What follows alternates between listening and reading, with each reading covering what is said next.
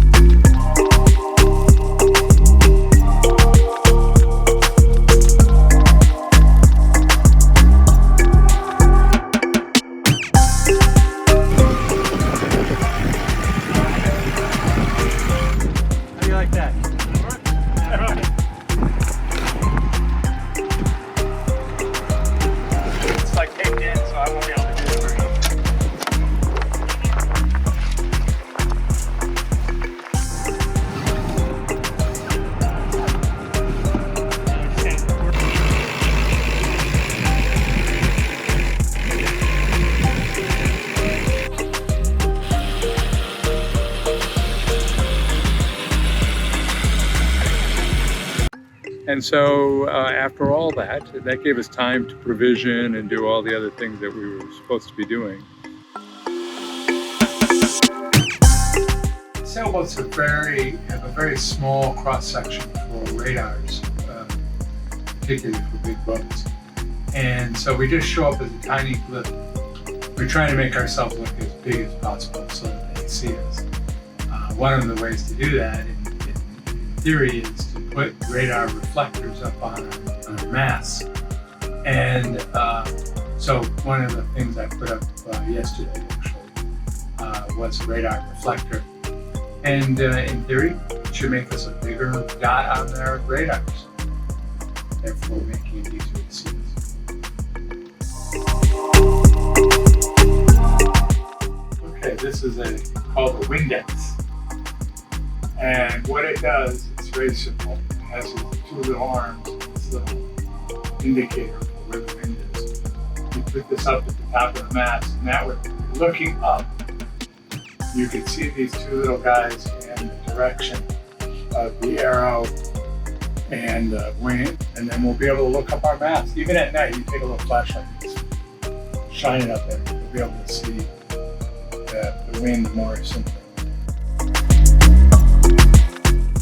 Today we're going to be restringing our trampoline. It's very loose and squeaky.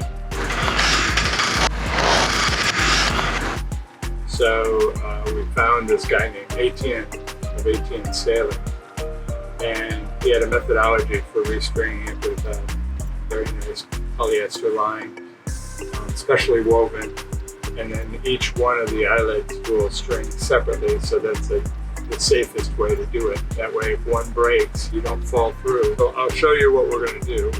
The first part is making a strings that we're going to individually tie. We start with the bowline, and then we'll be looping it through. So I'll show you that part in a moment.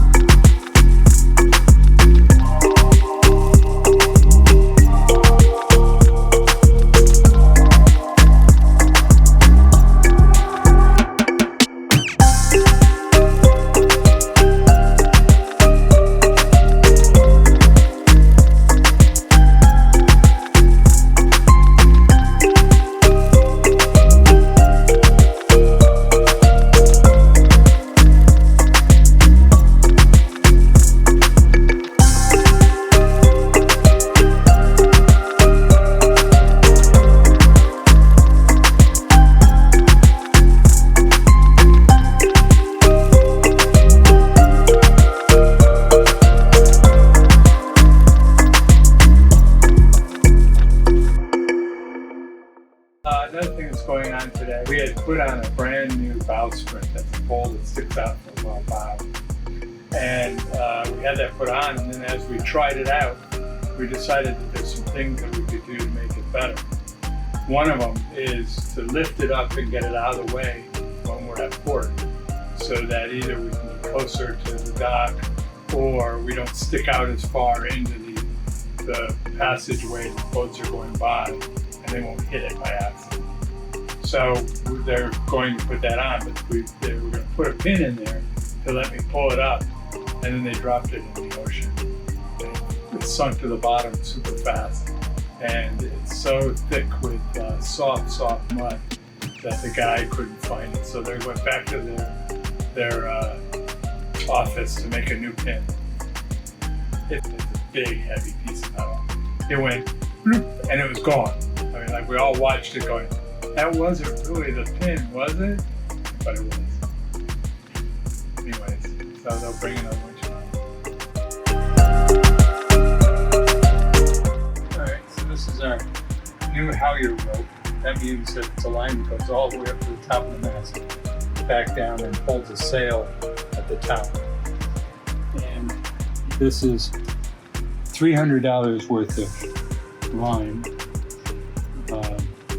Mainly because it has this kind of a core in there that's called Dyneema, which is like stronger than steel for every ounce that it is. And so it's super strong. And then there's this nice outer part that helps to keep it from chafing and roll. But then also this company then tied these loops on for us, 2 different sizes for 2 different ends, so that we can run it up easily and run it back down again, and be able to string this as an emergency halyard along the way. After all that, then we felt like we were ready, right? I mean, I think there was really not a lot else to do other than very small things not to worry about. Right, we got to the end of the giant checklist that the captain had. That seemed to go on forever. Right. Yeah, months. Right. But yeah, so we finally got through it, which was very exciting. And then we were off. So join us next episode of the our trip from Fort Lauderdale to Bermuda. Yeah, which had some exciting bits.